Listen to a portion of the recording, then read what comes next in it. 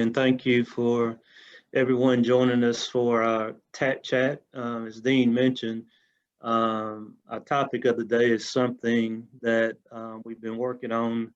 Hard to believe it's a year, but the creating a safer upstate series that we started. Dean and I met early in 2020, right after some of the things of George Floyd, and we kind of talked. And so what we do as an organization, and we thought about this idea. Dean actually coined it, and we took a list of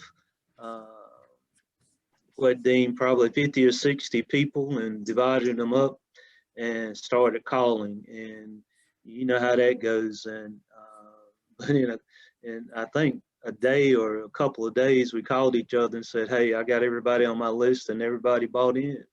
And so we started a series of Zoom meetings, 4 meetings, where we were talking about how do we foster a culture that law enforcement and the public sector collaborate. And so out of that came a subcommittee work, and you'll hear a little bit about that. And we were had a meeting earlier today, and there's just a lot of good stuff going on across the region in regard to the work that's being done. And I just want to publicly thank Sheriff Rick Clark and Stinson Ferguson for chairing this endeavor that we're on, and they'll talk about specifically what they've been doing, but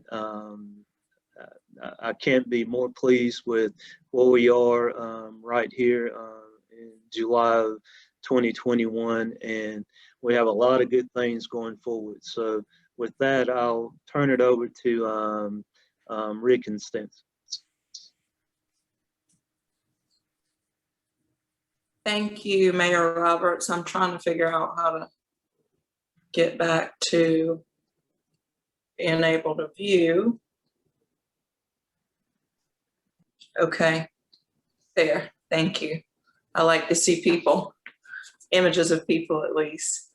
So thank y'all for being here today. Appreciate the opportunity to share about what all of us have been working on. And as Mayor Roberts mentioned, this is a newer, not as new anymore, 10 at the Top initiative, creating a safer upstate, launched by Mayor Terrence Roberts, who's the board chair and who was the board chair at the time, and Dean Hebel, of course, our ED.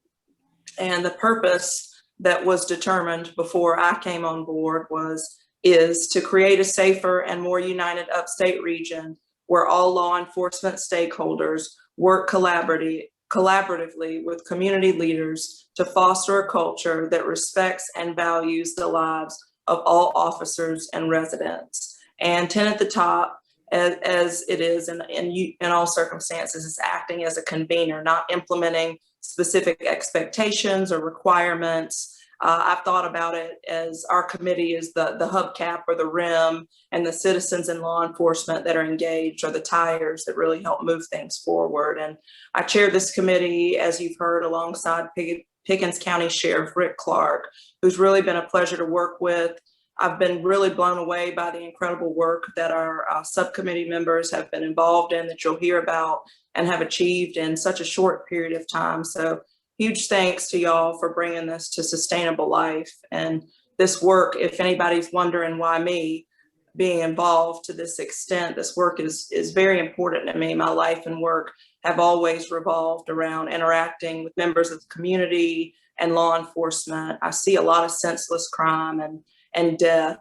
In addition to being an attorney, I'm a funeral director for my family mortuary. And for example, somebody I grew up with and who was working in the community in Spartanburg to put an end or at least minimize gun violence. He was murdered last Saturday, and we're going to be burying him on Sunday. And he was 39, leaves a son, To my knowledge, no arrests have been made. I know that the community's shattered. Law enforcement is working, overworked, stressed out about this. I've had a family member of mine murdered, other friends, not to mention people I've known we've buried who've died from other senseless acts of violence that may not have been murdered. And so I see it all the time, and I see it over and over again. And I'm not special. I'm sure there are people that are on this call who've seen it, and especially our law enforcement brothers and sisters who are involved. And this is very personal to me. And I believe if we learn to work together, break bread together, assess all of our shortcomings, and do these things early before inevitable troubles occur, it's much more likely that when something does happen that's unfortunate, when it's time to come together, we're better prepared to move forward in a way that helps break some of these cycles that we see just over and over again. So back to the committee's work, we started off in a steering or development process that took place over 4 months last fall and winter. And that was a large, diverse group. All upstate counties were represented. We had representatives that were elected officials, nonprofit representatives, law enforcement representatives, concerned citizens, clergy representatives, and business leaders. As a group, we refined 3 goals with the help of our facilitator, Stan Davis and Justine Allen. We asked ourselves questions like, what does a safer upstate look like to you? Who actually has the influence and power to help push this forward? What about our communities that are primarily Spanish speaking? How do we touch and engage them? How do we include and elevate the input and energy of younger professionals? No matter what we develop, if we don't do that, we will fail to capture a vital component of community, and therefore we cannot be effective. What information will we need to achieve our goals? And finally, what barriers must we address in order to achieve our goals? That's not an exhaustive list, but those are things that stick in my mind, questions that we asked ourselves.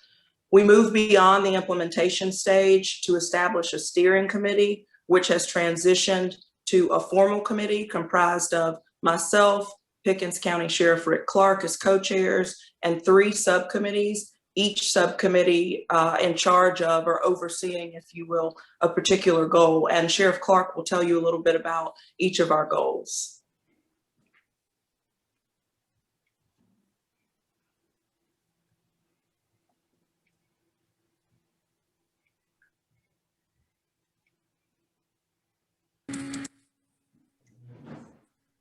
Vincent, I'm not sure Sheriff Clark has made it onto the call. Justine, is he on? Let me see if he's texted me. I haven't heard from him. Hold on. I did think I saw him, but he is not currently on. I'm happy to jump in, or if you want to wait, I'm ready. But if No, you go ahead. okay. Well, moving on to the 3 goals. Number 1, engage law enforcement officials, community leaders, and residents to work together to build healthy working relationships that elevate mutual respect, value cultural differences, and acknowledge the roles and responsibility that each play in creating safer upstate communities. 2nd, provide regular opportunities for law enforcement and community leaders to convene to proactively discuss community issues and emerging law enforcement topics while exploring approaches that can be implemented across the upstate region. And finally, 3rd, enhance public trust by identifying, sharing, and implementing best practice approaches for developing a sustainable, healthy relationship between law enforcement officials and the greater upstate community. And the work that the subcommittee members have done has been tireless. I'm excited to hear the updates, and it just keeps snowballing in a good way. So I'd like to move on from our part of the speaking, and I want to hear what the subcommittee members and leaders have to say. Great. With that, we'll turn it over to Chief Matt Hamby from the city of Greer. Matt? Good afternoon, everybody. As Stinson said, we broke into 3 subcommittees, and I'm on a subcommittee whose goal was as follows: provide regular opportunities for law enforcement and community leaders to convene to proactively discuss community issues and emerging law enforcement topics while exploring approaches that can be implemented across the upstate region. So the last part of that goal, exploring approaches that can be implemented across the upstate region, we wanted to begin with looking at the community engagement aspect of law enforcement. So we wanted to sort of survey what different agencies are doing and what has been successful, and then identify any possible challenges or obstacles that law enforcement may typically face in order to accomplish the goal of engaging our community. And I will just build a small foundation before I get into the survey. I wanted to go through the survey, but pretty much all modern police agencies around will tell you immediately that policing is a partnership. And what we accomplish cannot be accomplished without the support of the community and cooperation and involvement of our community. We truly believe that here at my agency, so much that if you find one of our marked police cars driving down the road, on the door of the passenger and the driver side, on the front doors, it says policing is a partnership.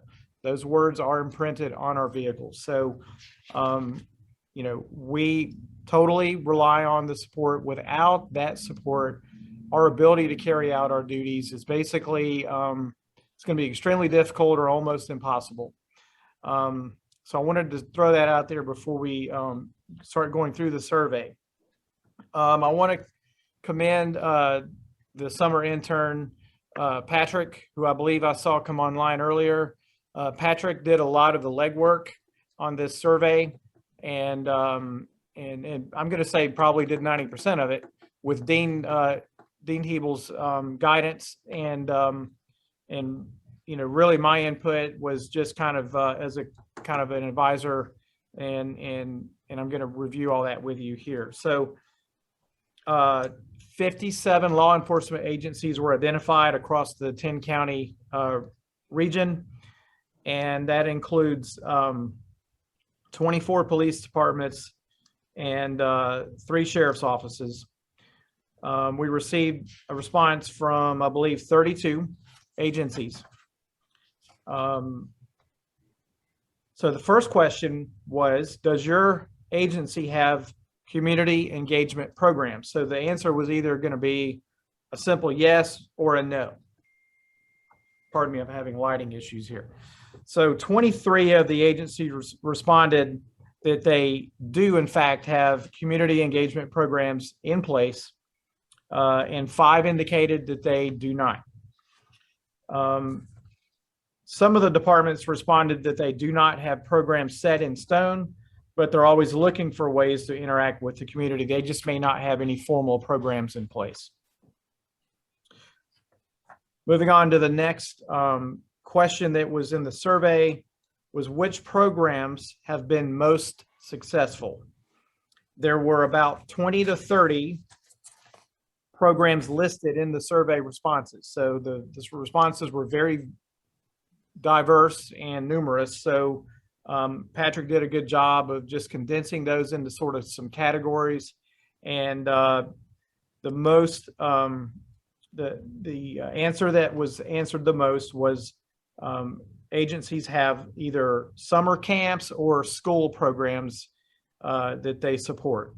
And I'm going to give you a few examples of what that could be. A lot of police departments will hold a summer youth camp. And so that it gives some of our youngsters an opportunity to interact with law enforcement officials on a very informal basis. Learn a little bit about the behind the scenes operations of a law enforcement agency, and develop some good relationships in the meantime. So we did this little greeting event right at the end of the school year. And I believe it was called High Five Friday. Where I work here in Greer, we've been doing a similar program for a few years. We call it Fist Bump Friday.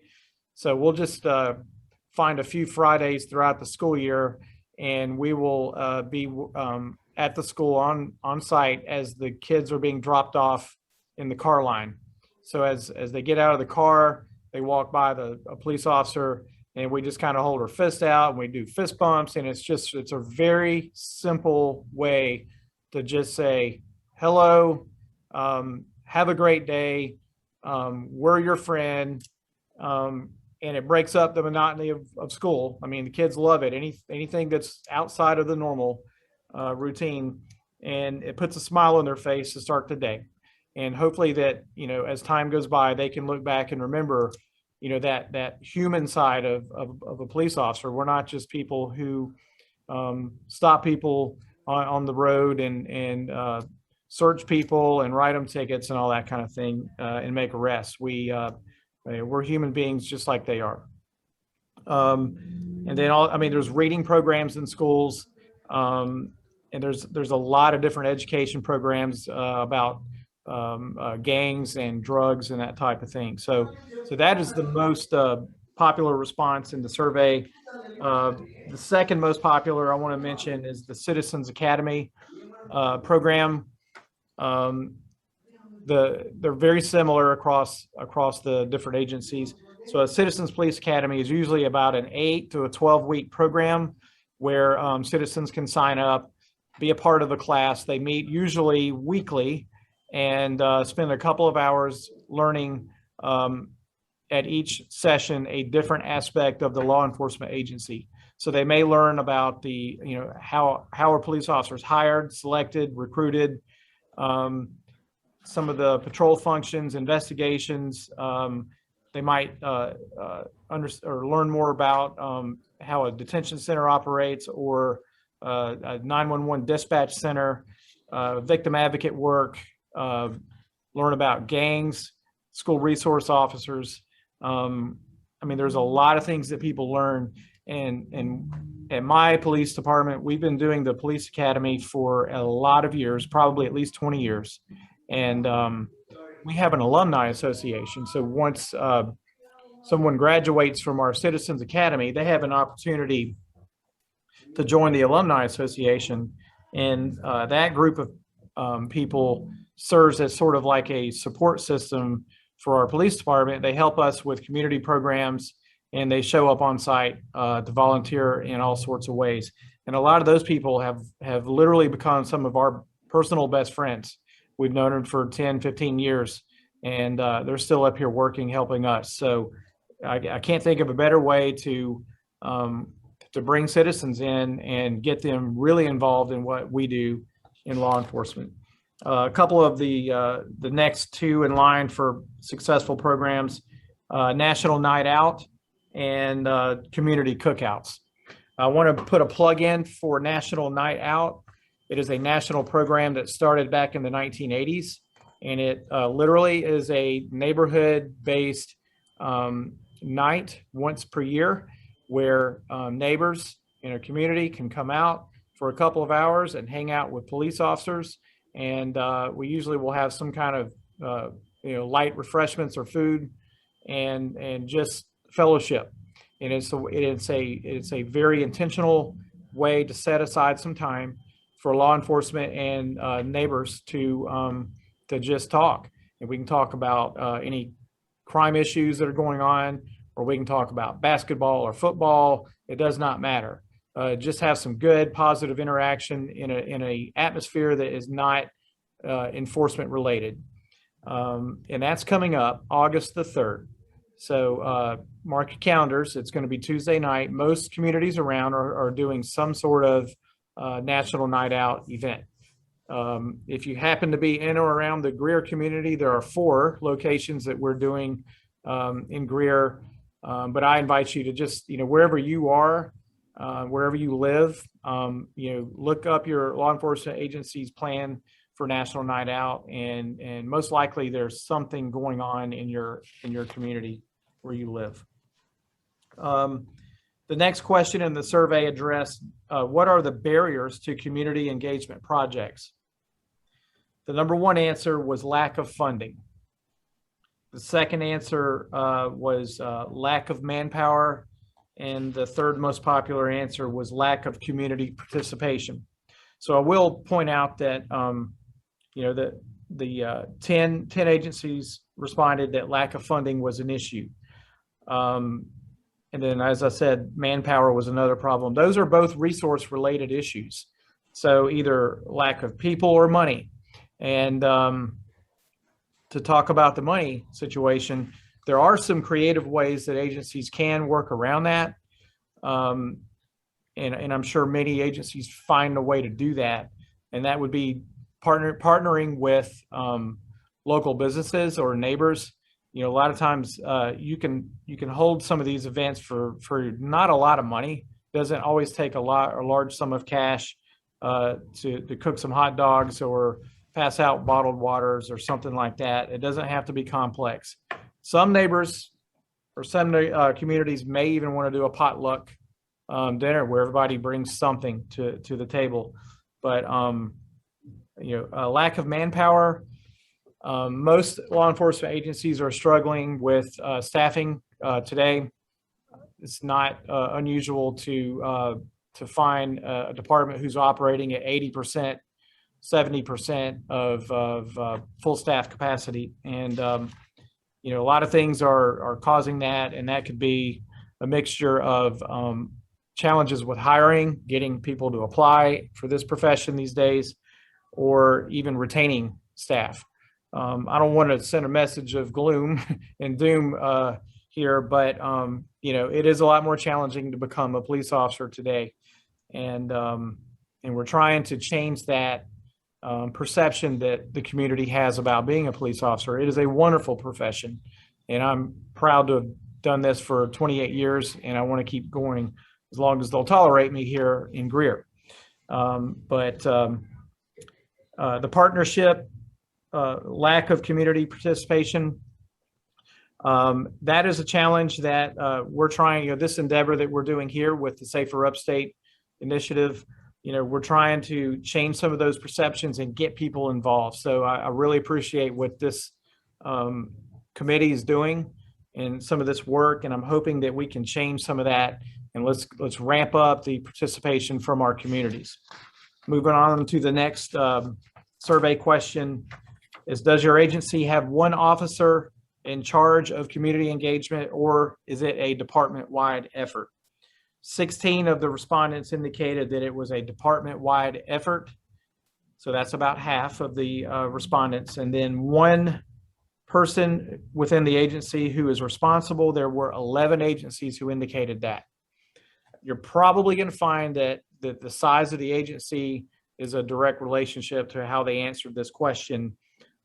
Many police departments in South Carolina are very small.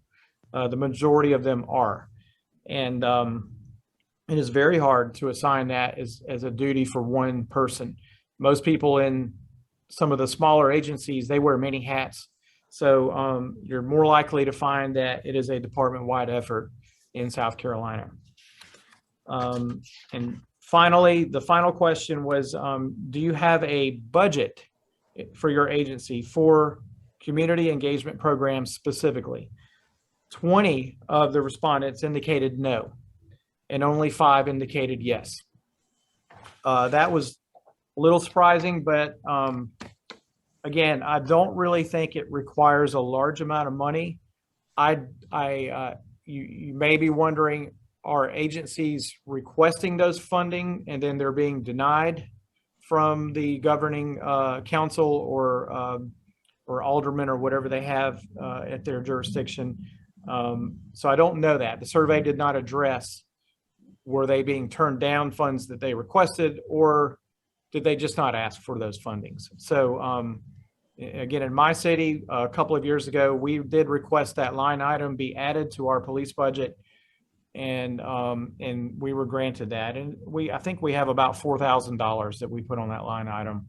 And for Greer, that's done is quite fine. A lot of the activities we do are partnerships, and they're things that aren't really expensive, like the Fist Bump Friday. That's free. I mean, you have to have people on duty to do it, but there's no additional cost. And there's a lot of there's a lot of creative ways we can get out there and be involved with our community, and it doesn't always cost money. But I will say this: if you're trying to increase participation, I mean, this is South Carolina, right? So food really brings people in. So having something to offer them is very.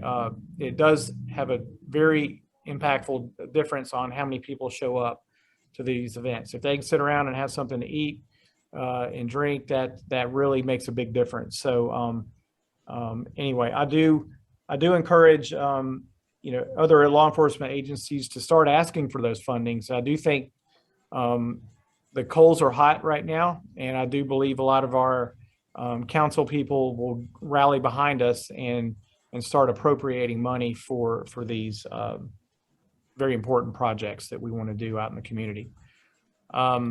So that kind of goes over the survey. I'll be glad to answer any questions. I appreciate the attention. And thanks again to intern Patrick Flagler for the great job he did on the survey.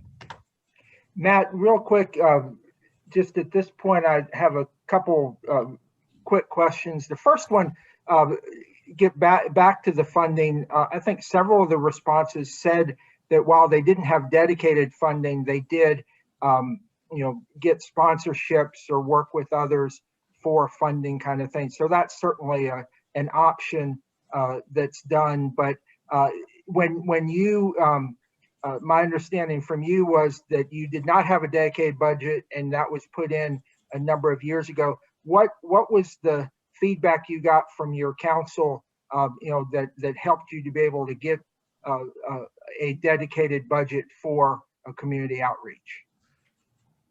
Dean, I'm very blessed to work in the city of Greer, and it was this hard. I had to put it in the proposal, and I find out weeks later it's there. I didn't have to defend it. I didn't have to.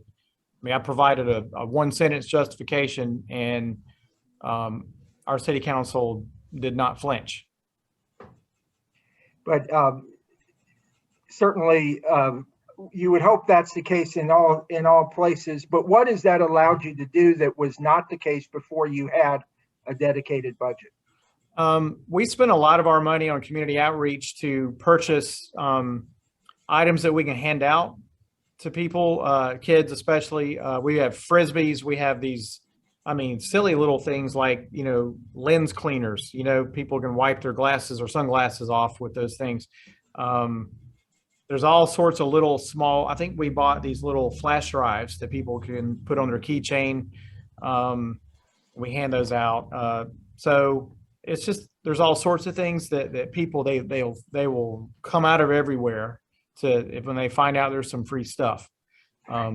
So, you just have to put your mind to it, and you have to place orders in plenty of time to get those products in. But we try to keep enough stuff on hand to get us through the year. Perfect. So with that, Matt, thank you for all the work that you and Kim Kegler have done in leading your committee. We'll hear from Kim in a few minutes. If you have any questions for Chief Hamby, please put them in the chat, and we'll get to that as we conclude. With that, we're going to turn to Dr. Blakely from Tri-County Tech. Jackie, if you would talk a little bit about the outreach efforts that you all are doing, and also Patrick, if you would put the article from Dr.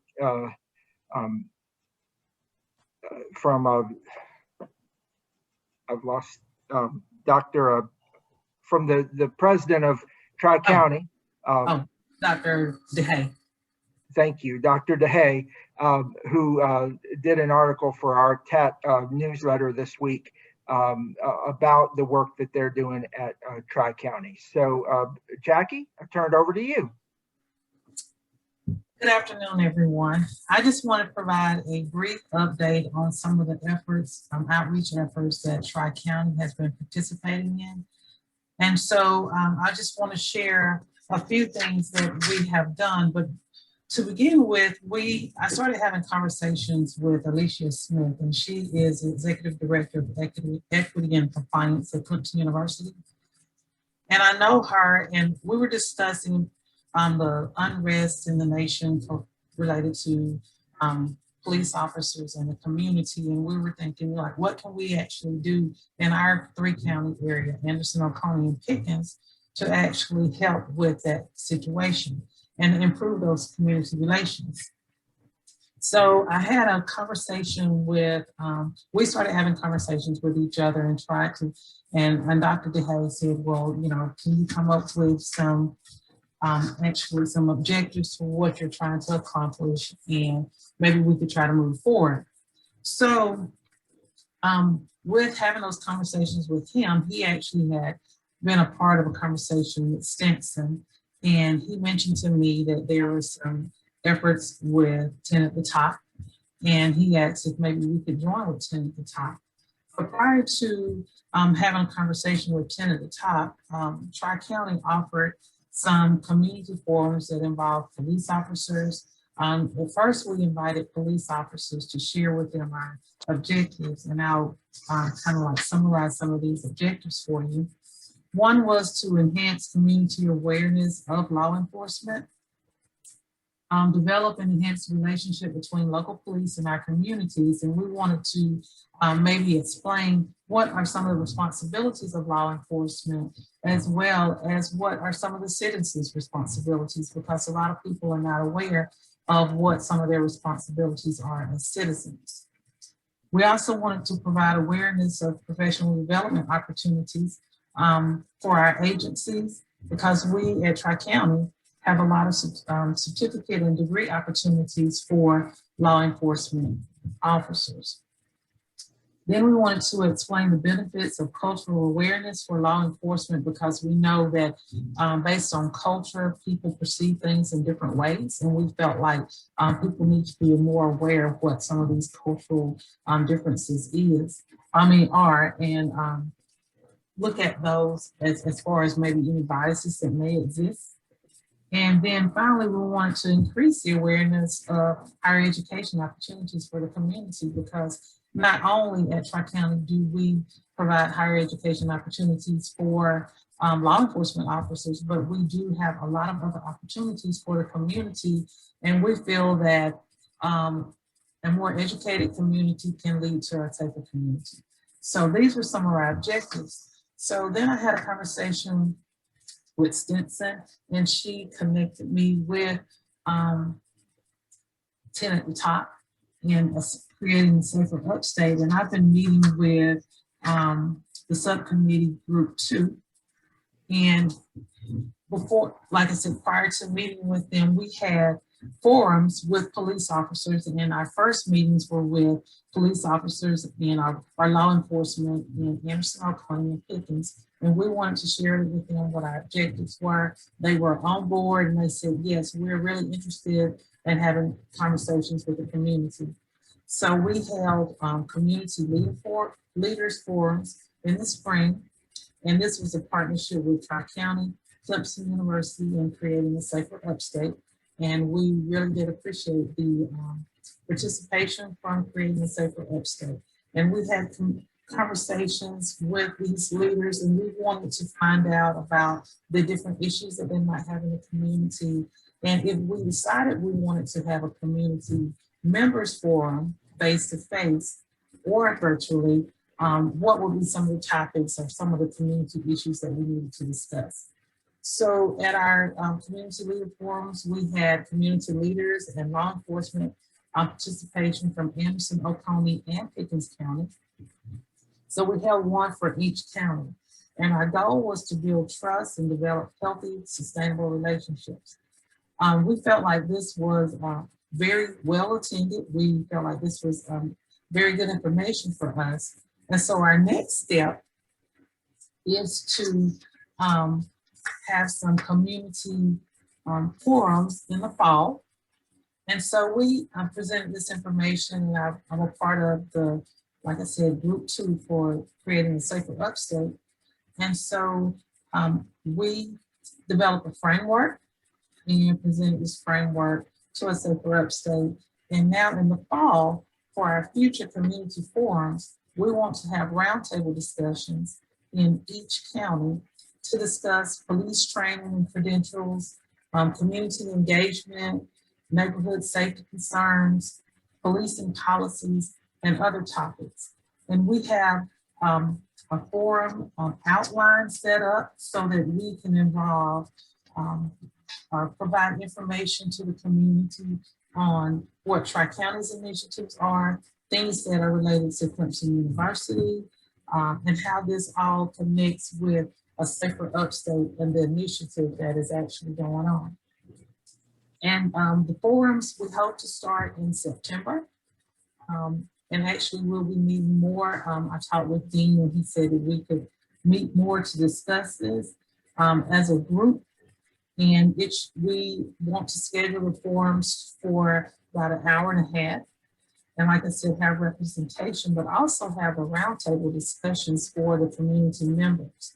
So our next step is to, I guess, develop that final framework and address any issues logistically that we need to address as far as locations. So if we're dealing with Anderson County, where will we actually have the forum? Because Anderson County is very widespread. So we want to have maybe an area that's central so that people from all the different communities such as Pelzer, Williamston, Anderson, Belton, Star and Ava can actually attend, as well as when we have it in the other counties for Oconee and Pickens. But right now, this is where we stand. We've been very excited. I'm glad that I was connected with Stinson and the Safer Upstate because we have the same objectives, is to create that safer community as well as to build those relationships.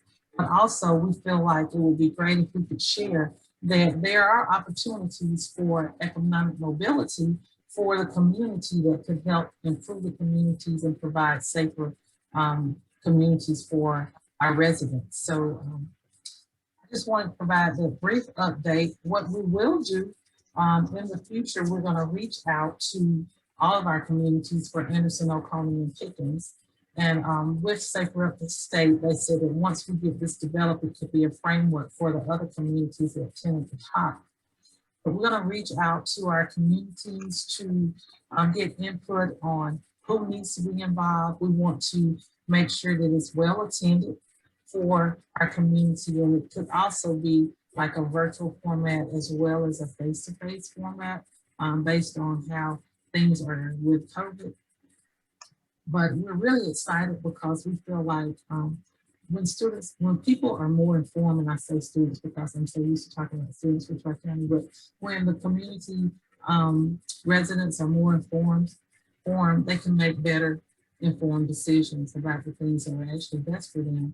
And we know that just with my communication that I've had with law enforcement, I've learned a lot about things that are in place. And sometimes people in the community are not aware of some of those things and some of the initiatives that are happening with law enforcement. So we want them to actually share this information. With our committee that we have been working on with Tri-County, we have our public relations director, and I hope I got your title right here, Karen Potter. And we have Dr. Beverly McAdams, who is our director of the Anderson campus. And like I said, we have Alicia Smith, who works at Clemson University. We have our department head for public services, Dr. Chris McFarland, who's also very instrumental in the PPAT certificate that I'm sure most of you have heard about.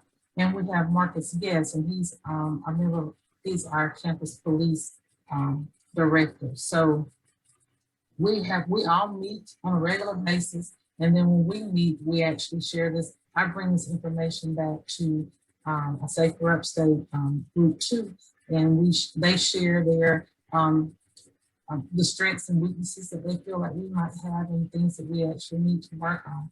So like I said, it's really been great. We're excited about where this can actually go, and we hope that we can offer our first community members forum in September.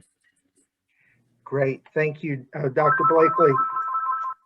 Great information, and as was said, very good partnership that was that is ongoing, and I think will continue as we move forward.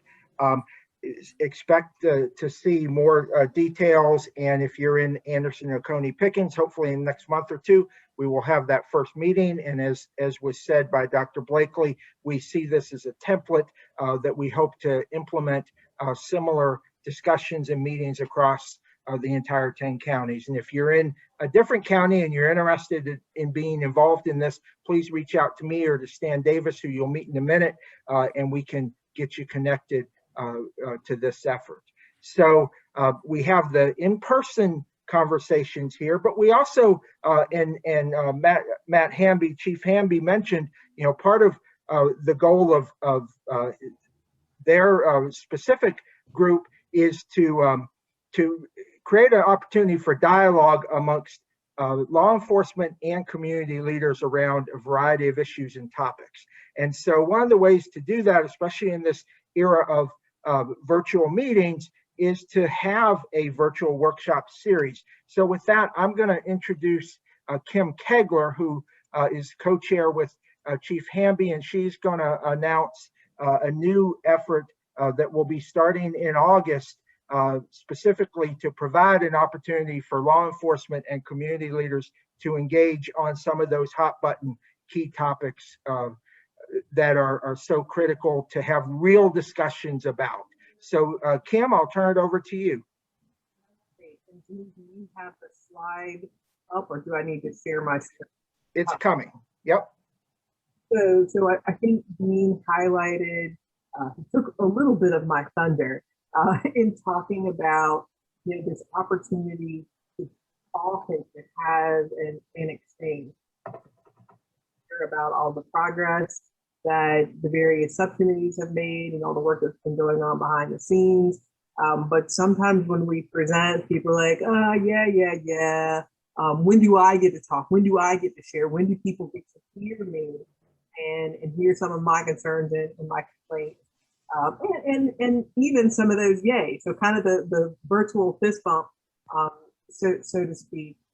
We will have the opportunity for those with community, with law enforcement officers, community members, as well as community leaders, to start talking about how do we do lots of different things.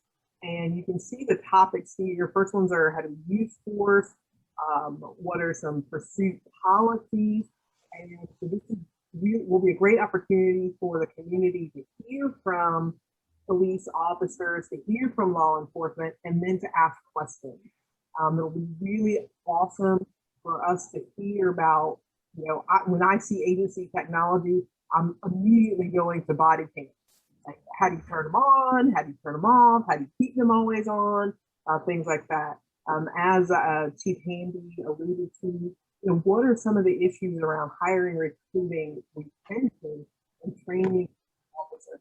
And it's interesting for people to hear and talk about the little side conversations, but it would be another thing to hear directly from law enforcement leadership to say, look, here's the real deal on what it takes for us to bring in new people. And after we train them up, how do we keep them from walking out the door after we just spent hundreds of thousands of dollars of recruiting them and getting them up to speed? And then in November, we will close out this first round of sessions. We have these virtual sessions. We'll see how it goes. We will iterate as we go. But going into the holidays, what are some neighborhood safety concerns? It could be a really great opportunity to hear from our citizens and our neighbors and to expand. And then as we go, of course, we will learn new things, come up with different topics. And at some point, it might be nice to get to a place where we can do a hybrid version of these sessions where we're in person, but we also have the virtual option for people to join us. And I think one of the things that will make these sessions the most impactful is by telling people that they're happening, because there's so many great things that are happening in our community that people just don't know about. So however, we as participants and advocates for a safer Upstate, for 10 at the top, and all the great things that are happening, as much as we can be advocates and tell other people about this, the more beneficial the work will be that we are doing because more people are involved. And so that's just a little bit of a highlight on our virtual sessions coming up. First one will be at 10 a.m. on August 25th. So look for more details. Thank you, Kim. And the registration for that is actually in the chat if you're interested, and we will, of course, be sending that out. But Kim makes a good point. You know, we talked about this in our call earlier today. We don't want to talk just to ourselves, preaching to the choir. So, you know, getting folks engaged and giving that opportunity. And these sessions are going to be very purposeful to have law enforcement talking, but also community leaders specifically asking questions and having time for that. So we want to have a dialogue, not just one side talking and the other side listening, but chance for everyone to have a dialogue and be part of those. So we encourage everyone to participate in that. It was mentioned earlier, but I want to give kudos to Patrick Flagler for the work he's done around this work as our intern. He's done a great job. Another person that I've really enjoyed working with and look forward to continuing to work with is Stan Davis, who is our facilitator. And Stan is going to wrap up this portion by just sharing some of the other efforts that are ongoing by our different committees and what the plan is as we move forward. So Stan, I'll turn it over to you. Thank you, Dean. It's been a joy working with this group of people, and we've been trying to consolidate a lot of really good ideas. And one of the things I've learned as the facilitator working with all three groups, the subcommittees and the steering committee, is that there's a lot of good things happening in the upstate, and we need to capture some of that and share some of it. So with the three groups that we're working with now, I want to kind of bring you up to date in terms of where we are with them and where we're going forward, and some things that we're looking forward to trying to get done after today. We got three groups of people that have very good leadership, a lot of good participation. And our group one, you've heard some of the report outs of what's going on with those individual groups. But group one is going to now turn its focus on data, getting crime statistic data, getting a template that everybody can look at and share, and getting some data on what county activities are going on so that we'll know what's happening around law enforcement engagement with the communities that they represent. We're also going to look at getting the recruiting pipeline a little bit more stoked. Tri-County Tech is doing some great work around that. So how can we leverage that opportunity as it stands today? Group two is pulling together some really good programming information with these virtual workshops, this TATT chat that we're in now to kind of share information and get people more aware of what the opportunities are presented and what kind of things do we want to talk about in some of the hot topic discussions that both Dean, Jackie, and excuse me, Kimberly mentioned earlier. So we're gonna start consolidating around getting that programming focused. We're gonna have data to support and back some of that up. We're gonna pull topic areas around things that people want to hear about. And as Chief Hamby mentioned earlier, this High Five Fridays or Fist Bump Fridays, we piloted that.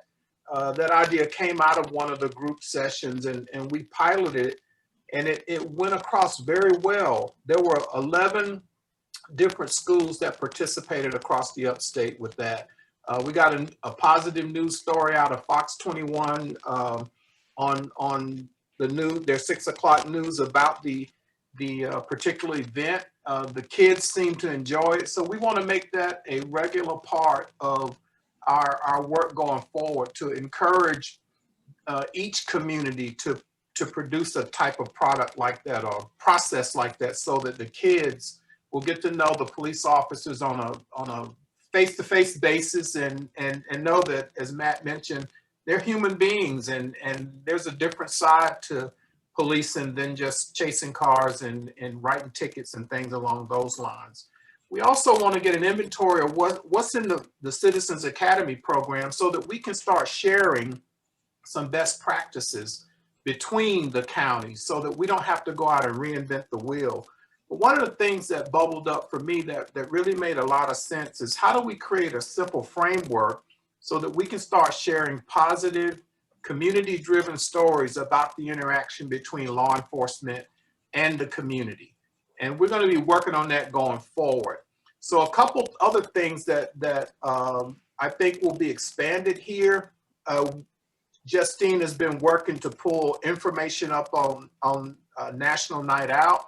South Carolina has over 53 communities participating in National Night Out, and 12 of those are in the Upstate. We want to see that number grow and expand, and we want to connect with those efforts so that we can get this awareness and communication about some of the things that are happening in communities and how residents can play a proactive role in making some good things continue to happen. Consolidating best practices and creating more opportunities to engage across county lines are other things that we're working on. And so keep your eyes open and your ears peeled, because we're gonna be making a difference here, I think, in the end of this year's worth of work. And with that being said, I want to give our co-chair opportunity to say a few words. Sheriff Clark, are you with us?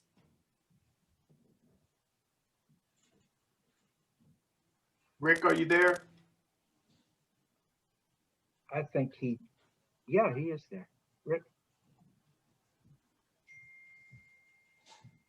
Okay, Dean, I'll turn it back over to you. Okay, unfortunately, I think Thank you.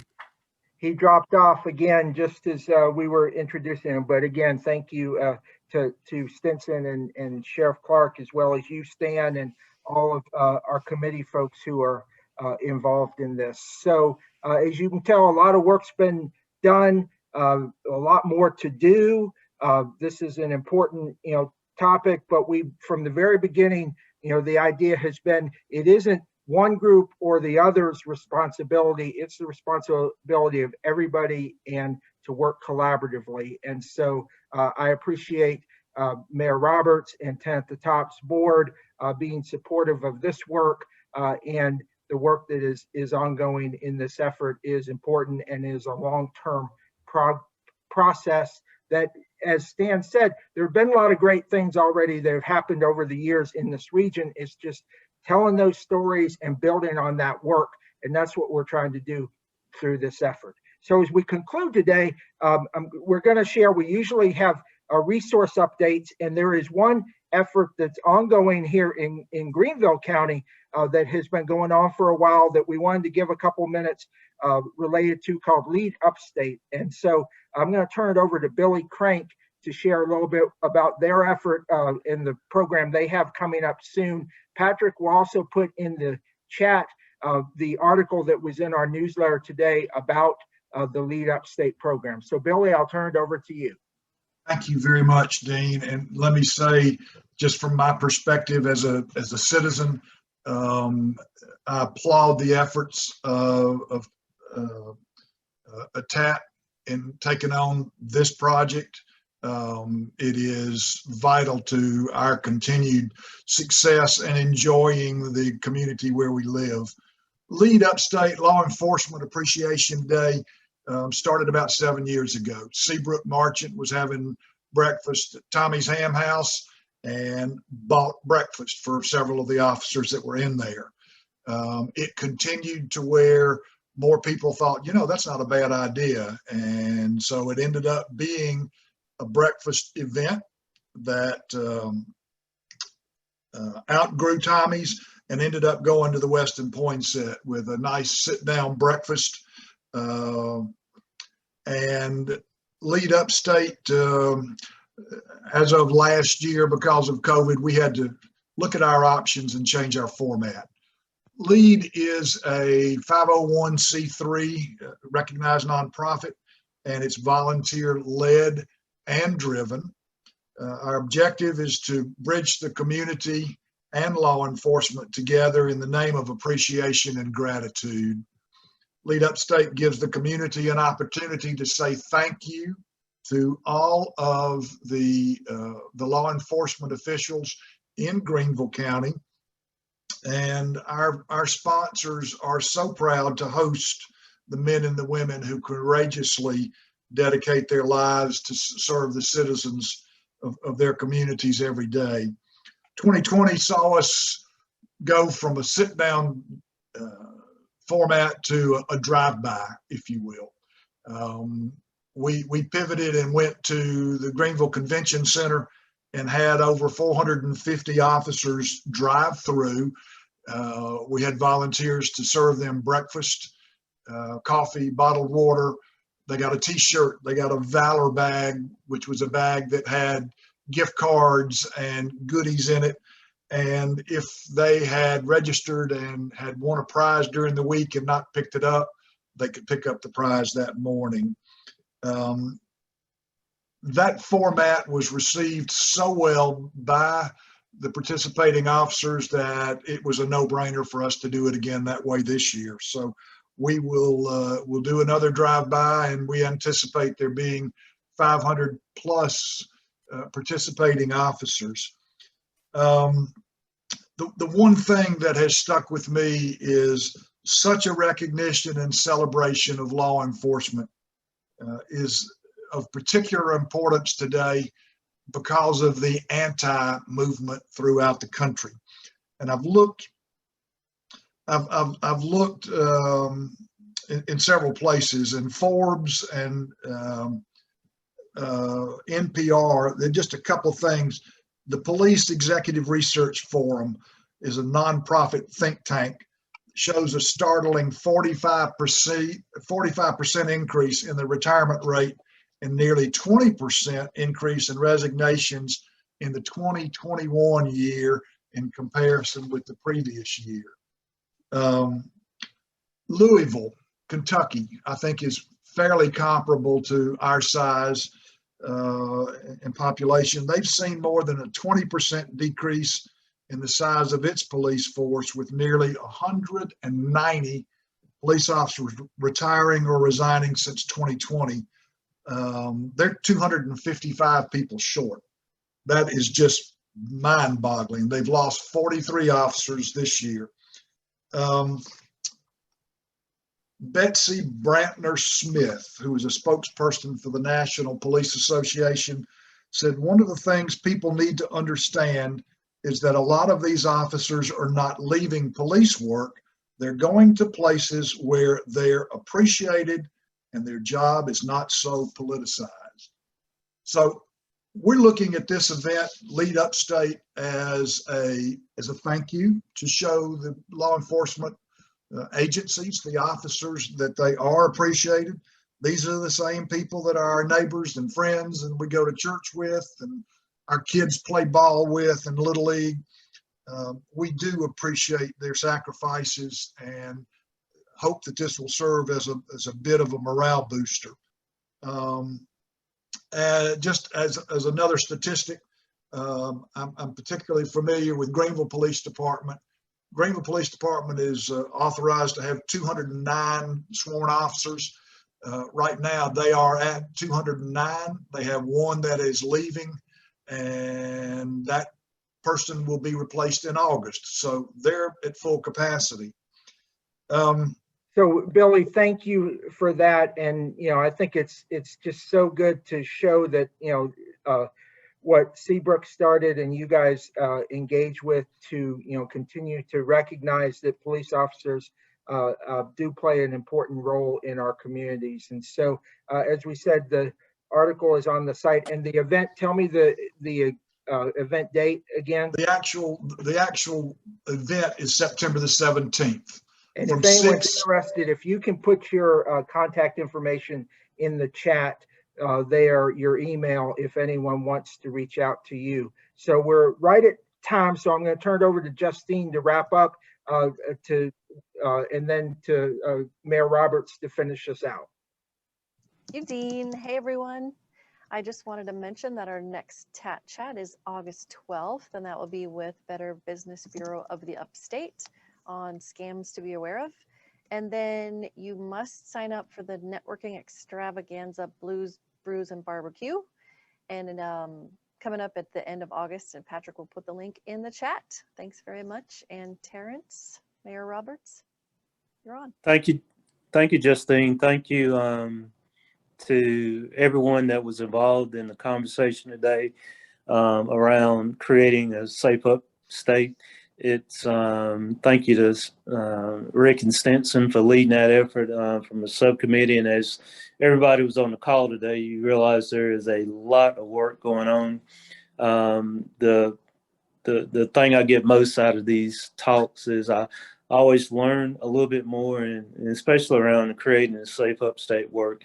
I've gotten to meet a lot of great people that I would not have met if we did not go forward with this effort. So thank you to everybody. Thank you for joining us. Please attend our next TAT chat. And with that, I hope you guys have a good Friday and have a good weekend. See everybody later. Thank you, Terrence. Bye, everybody. Thank you. Thank you.